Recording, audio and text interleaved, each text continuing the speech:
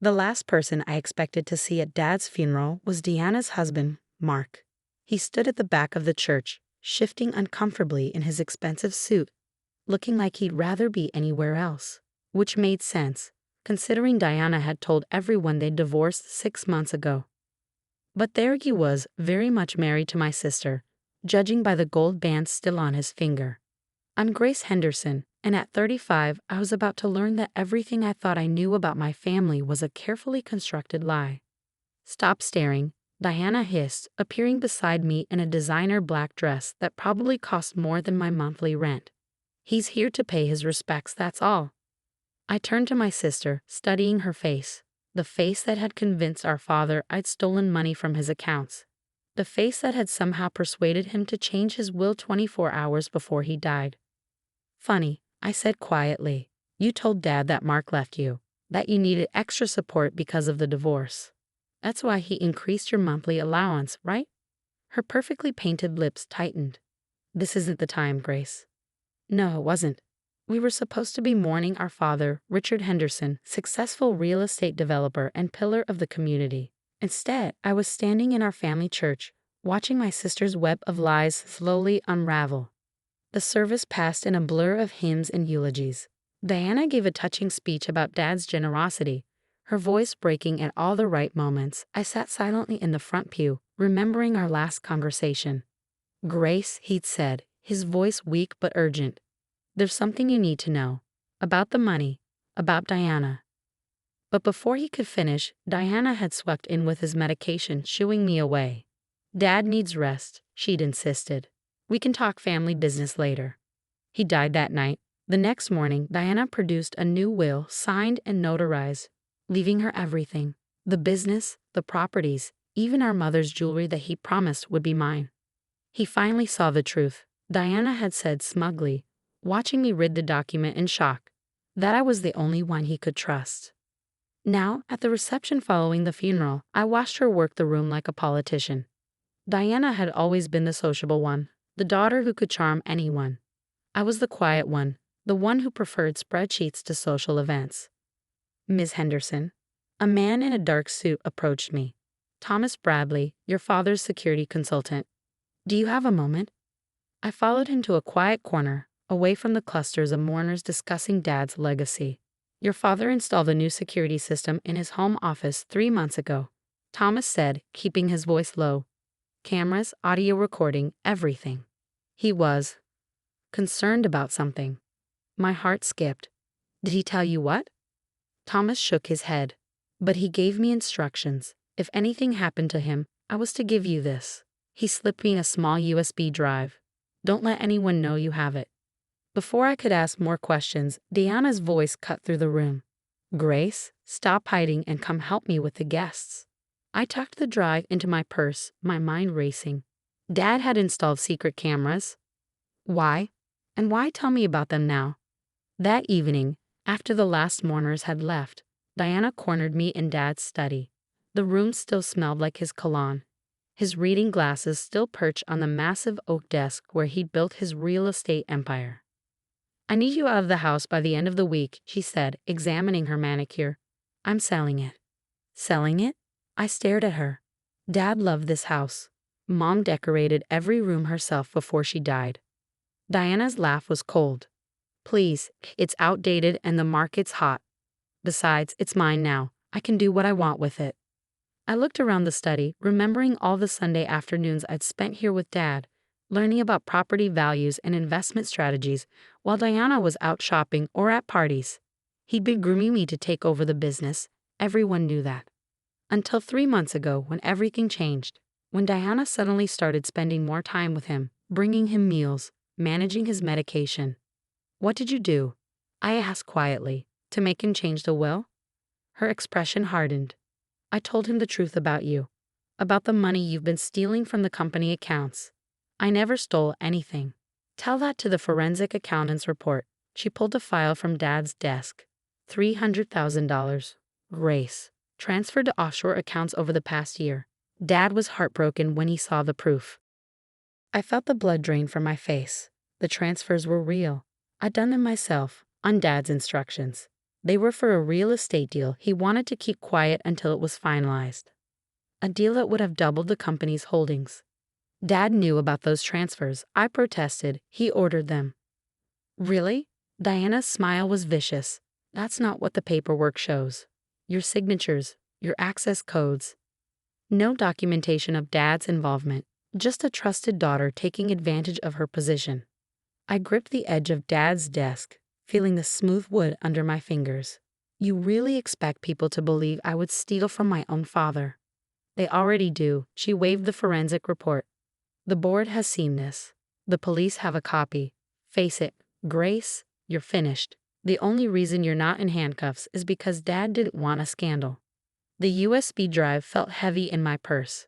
Whatever was on it, I knew I needed to watch it alone. I'll be out by Friday, I said finally. Diana's smile widened. Perfect. Oh, and Grace, don't bother trying to challenge the will. No judge will side with someone under investigation for embezzlement. I left the study feeling numb.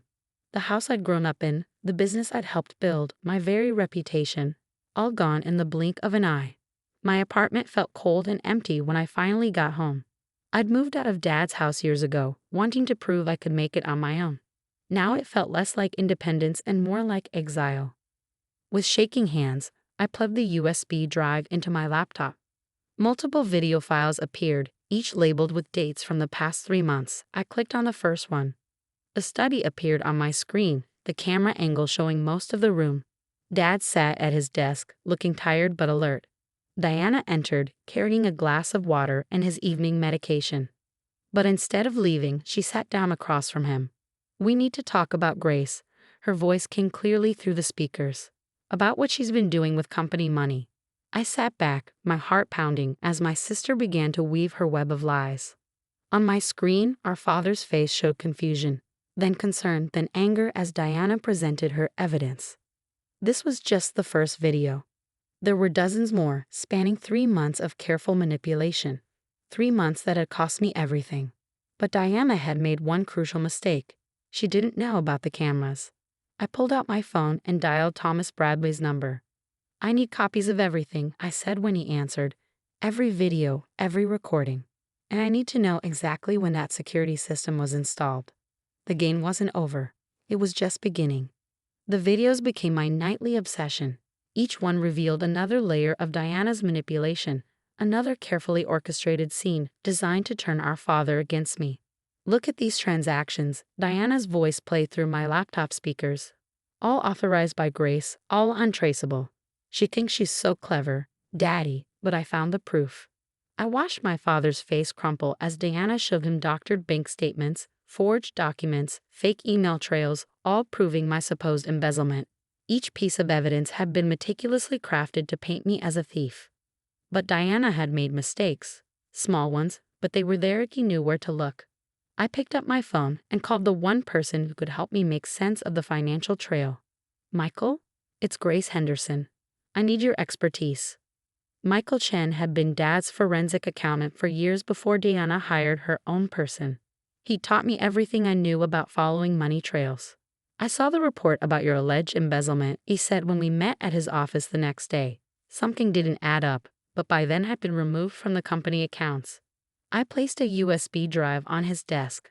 A copy of Diana's evidence against me. I need you to look at these transactions. Really look at them. For 3 hours, we pored over the documents together. Michael's frown deepened as he noticed discrepancies. Timestamps that didn't match, routing numbers that led nowhere, authorization codes that didn't exist 3 months ago. This is professional work, he said finally. Someone with serious skills created these records, but they made one critical error. What's that? He pointed to a series of numbers on the screen. These authorization codes, they're backdated to make it look like you initiated the transfers last year, but this format wasn't implemented by the bank until 2 months ago. My heart raced. So the documents had to have been created recently. Very recently. He sat back, looking troubled. Grace, this isn't just fraud. This is sophisticated financial manipulation. Your sister had help. That's when I remembered Mark, Diana's supposedly ex-husband who worked in cybersecurity. The pieces started falling into place. I spent the next week gathering evidence. The security footage showed Diana making late-night calls from Dad's study, always when she thought no one was watching. Using Dad's phone records, I traced the calls to Mark's private number. Then came the breakthrough I'd been waiting for. In one video, dated just 2 days before Dad died, Diana was arguing with someone on the phone. "The documents have to be perfect," she hissed. "The board meets tomorrow." "No, listen to me, Mark. Once Dad signs the new will, it won't matter. Grace will be out, and we'll have everything. Just do your job and make the transfers look real." I watched that clip 20 times, each viewing revealing new details. The way Diana kept glancing at Dad's medication on the desk. How she'd increased his dosage that week, claiming the doctor had ordered it. But when I called Dad's doctor, he confirmed no such order had been given.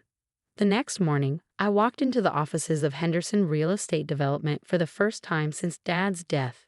Diana had moved into his corner office, of course. Her new nameplate gleamed on the door. Diana Henderson, CEO. She looked up as I entered, annoyance flashing across her face. "What are you doing here? You're not welcome in this building." "Actually," I said calmly, setting my laptop on her desk, "I am. The board is very interested in what I have to show them." Her confident smile faltered slightly.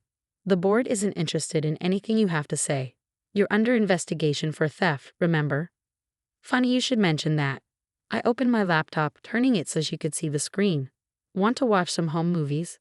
The color drained from her face as she recognized the study, heard her own voice plotting with Mark. "Where did you get those?" "Dad was smarter than you gave him credit for." I started playing another clip, this one showing her tampering with his medication. He knew something was wrong. That's why he installed the cameras.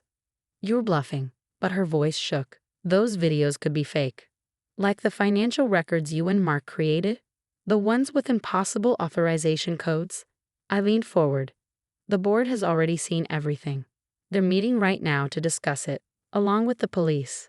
As if on cue, her phone buzzed.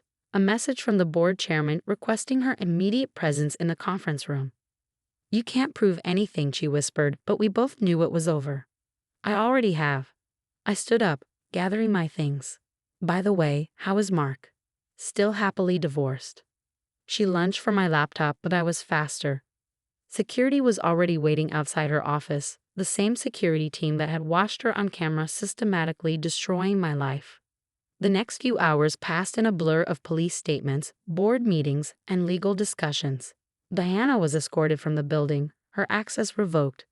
Mark was arrested at his office, caught trying to delete evidence of their scheme. The forensic accountants found everything.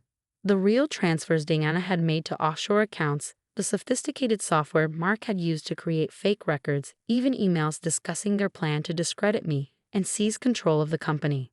"Your father suspected something," Thomas Bradley told me later. "He noticed money missing, saw Diana acting strangely. That's why he had me install the cameras. He was gathering evidence. But he died before he could expose them," I finished quietly. The toxicology report came back a week later. Diana had been systematically overdosing Dad's medication, not enough to kill him directly, but enough to cloud his judgment, make him susceptible to her manipulation. The new will was invalidated, signed under duress and medical impairment. Dad's original will was reinstated, the one that left the company to me and provided a modest trust fund for Diana. Not that it mattered now. Diana faced multiple charges: fraud, financial manipulation, elder abuse. Mark turned state's evidence, revealing their entire scheme in exchange for a lighter sentence.